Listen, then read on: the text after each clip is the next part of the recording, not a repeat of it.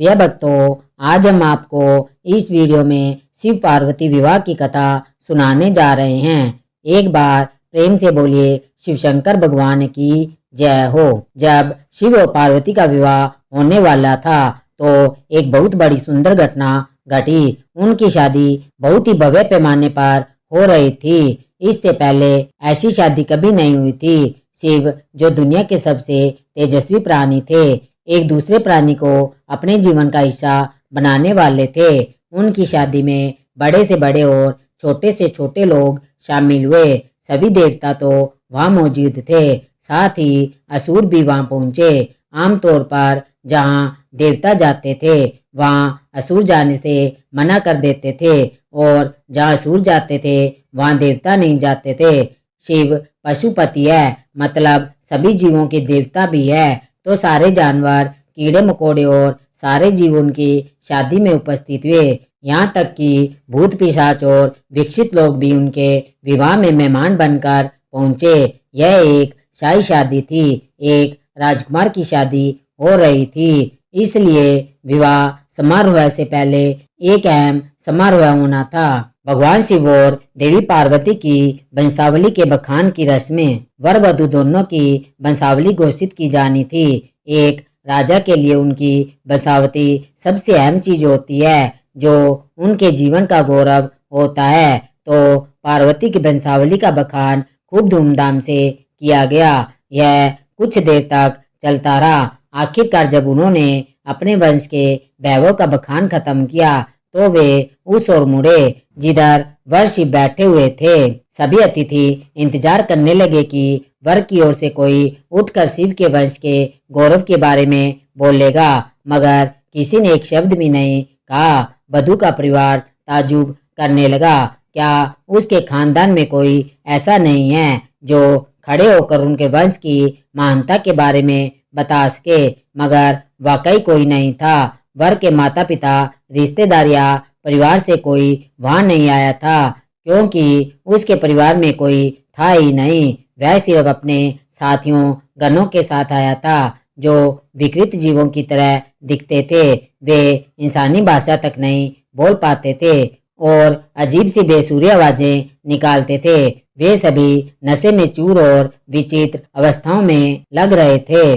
भगवान शिव ने धारण किया मौन। फिर पार्वती के पिता पर्वतराज ने शिव से अनुरोध किया, कृपया अपने वंश के बारे में कुछ बताइए। शिव कहीं शून्य में देखते हुए चुपचाप बैठे रहे। वह न तो दुल्हन की ओर देख रहे थे, न शादी को लेकर उनमें कोई उत्साह नजर आ रहा था। वह बस अपने गनों से घिरे हुए बैठे रहे और शून्य में घूमते रहे। वधु पक्ष के लोग बार बार उनसे यह सवाल पूछते रहे, क्योंकि कोई भी अपनी बेटी की शादी ऐसे आदमी से नहीं करना चाहेगा जिसके वंश का अता पता न हो। उन्हें जल्दी थी, क्योंकि शादी के लिए शुभ मुहूर्त तेजी से निकला जा रहा था। मगर शिव मौन बैठे रहे। समाज के कुलीन लोग, राजा महाराजा और पंडित बहुत घृणा से शिव की ओर देखने लगे और तुरंत फुसफुसाहट शुरू हो गई।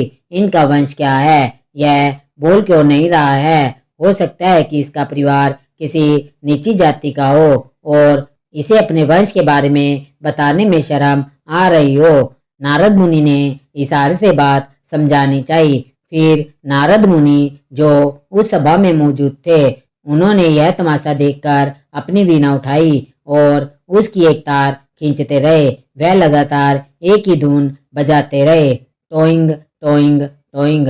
इससे खिंचकर पार्वती के पिता पर्वतराज अपना आपा खो बैठे। यह क्या बकवास है? हम वर की वंशावली के बारे में सुनना चाहते हैं, मगर वह कुछ बोल नहीं रहा है। क्या मैं अपनी बेटी की शादी ऐसे आदमी से कर दूं? और आप यह खिजाने वाला शोर क्यों कर रहे हैं? क्या यह कोई जवाब है? नारद ने जवाब दिया, वर के माता पिता नहीं हैं। राजा ने पूछा, क्या आप यह कहना चाहते हैं कि वह अपने माता पिता के बारे में नहीं जानता? नारद ने सभी को बताया कि भगवान स्वयंभू है। नहीं, इनके माता पिता नहीं हैं, इनकी कोई विरासत नहीं है, इनका कोई गोत्र नहीं है, इसके पास कुछ नहीं है, इनके पास अपने खुद के अलावा कुछ नहीं है। पूरी सभा चकरा गई। पर्वतराज ने कहा, हम ऐसे लोगों को जानते हैं जो अपने माता या पिता के बारे में नहीं जानते।